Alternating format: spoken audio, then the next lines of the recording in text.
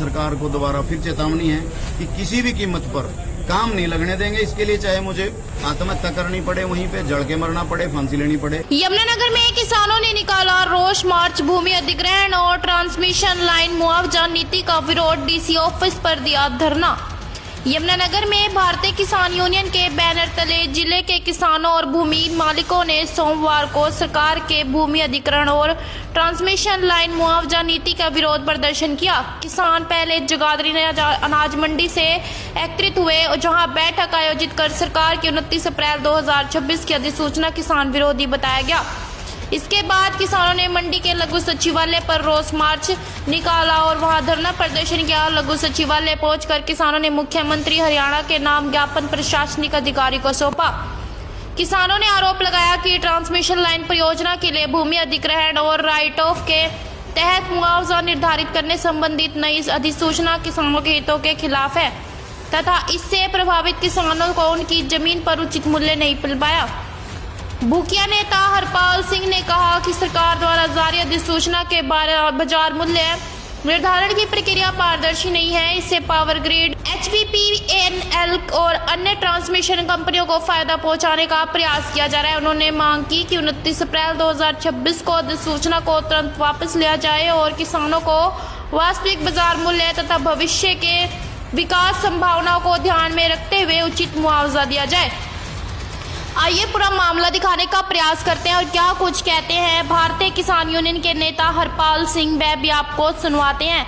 आप सभी से रिक्वेस्ट है कि वीडियो को ज्यादा से ज्यादा शेयर कीजिएगा और कमेंट में अपनी राय जरूर दें और ऐसी खबरों के लिए बने रहें आवाज हरियाणा न्यूज नेटवर्क के साथ। तब सिमरन को दीजिए इजाजत। धन्यवाद। जैसे 2020 में 3 कृषि कानून आए थे, 1.25 महीने गर्मी सर्दी बारिश में बैठ के वो वापस करवाए। मतलब किसानों को दुर्भाग्य हो रहा है कि बार बार सरकारें ऐसे नोटिफिकेशन लेके आ रही हैं जो किसानों को मारने के लिए बने हुए हैं।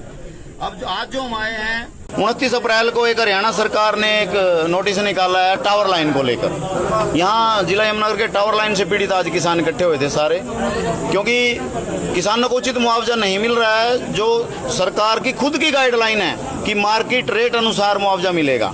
अब क्या कर दिया 29 अप्रैल की पॉलिसी में कि 3 वैल्यूअर लगेंगे, एक किसानों का, एक प्रशासन का और एक बिजली बोर्ड का। और जो वो अपनी तीनों रिपोर्ट देंगे उसको लॉटरी सिस्टम से निकाल लेंगे, उसमें से 2 चुन लेंगे और जो सबसे कम रेट वाली होगी उसको हम मान लेंगे। ये हमें बिल्कुल मंजूर नहीं है, क्योंकि प्रशासन वाला और जो बिजली बोर्ड वाला जो वैल्यू लगाएगा वो बहुत कम वैल्यू लगाएगा। अब किसी पॉलिसी में क्या है कि जो किसानों की तरफ से वैल्यूअर है वो अगर ज्यादा रेट भी लगा देता है तो वो बिल्कुल मान्य नहीं होगा, क्योंकि पॉलिसी में ये दे दिया कि 2 की पर्ची उठाई जाएगी और जो दोनों कम होगी उन 3 में से उसको ही मान्यता दी जाएगी। उन 2 में से भी जो सबसे कम एक होगी उसको मान्यता दी जाएगी। तो ये कहाँ का इंसाफ है? या तो इसको अनुपात अनुसार तीनों पॉलिसियों को लेकर जो तीनों उन्होंने मार्केट वैल्यू दी हैं उसके अनुसार उनकी एवरेज निकालते, एवरेज अनुसार दे दो वो तो हमें मंजूर है कि एवरेज निकालते तीनों पॉलिसियों की। लेकिन यहाँ ऐसा नहीं है। यहाँ ऐसा ये है कि जो सबसे कम होगा रेट उसको माना जाएगा, वो हमें बिल्कुल मंजूर नहीं। आज पूरे हरियाणा में सभी जिला मुख्यालयों पर सभी पीड़ित किसान इकट्ठे होके सीएम साहब के नाम आज ज्ञापन दे रहे हैं और सीधा ये भी कह रहे हैं, हमने डाल दिया कि जब तक हमारी मांगे नहीं मानी जाएंगी, जब तक वास्तविक मार्केट मूल्य किसानों का नहीं मिलेगा, तब तक हम काम नहीं लगने देंगे। इसके लिए हमें चाहे कोई भी कुर्बानी देनी पड़े। सिर्फ दो ही लेने चाहिए थे, एक किसान का और एक प्रशासन का होना चाहिए था। बिजली बोर्डों का तो मतलब ही नहीं, वो तो सबसे कम रेट लगाएंगे। जिसने कोई चीज लेनी है, जिसने पैसे देने हैं, वो तो कम रेट लगाएगा। तो हम उसी मांग को लेकर आज यहाँ आए थे और आप लोगों के माध्यम से सरकार को दोबारा फिर चेतावनी है कि किसी भी कीमत पर काम नहीं लगने देंगे। इसके लिए चाहे मुझे आत्महत्या करनी पड़े, वहीं पे जड़ के मरना पड़े, फांसी लेनी पड़े।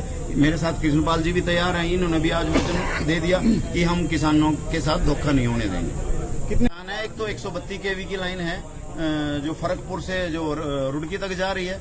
एक लाइन जो मेन मुद्दा फंसा हुआ है यमुनानगर का 66 kV की लाइन बकाना पावर हाउस से सेक्टर 18 जगाधरी के लिए आ रही है। उसमें सिर्फ 2 गांवों में ही काम सुडैल में पेंडिंग है, जिसमें पीछे भी आपने देखा कई बार पुलिस जबरदस्ती भी गई है, लेकिन 3 साल से हमने काम रोक रखा है। दूसरी एक सडौरा डिस्ट्रिक्ट में जो 2 लाइनें निकल रही हैं, एक उनका है। तो ये आज सारे पीड़ित जिला यमुनानगर के किसान यहाँ इकट्ठे हुए थे और आगे भी अगर कहीं भी प्रशासन जबरदस्ती करेगा तो पूरे जिले के किसान वहीं पर इकट्ठा होंगे।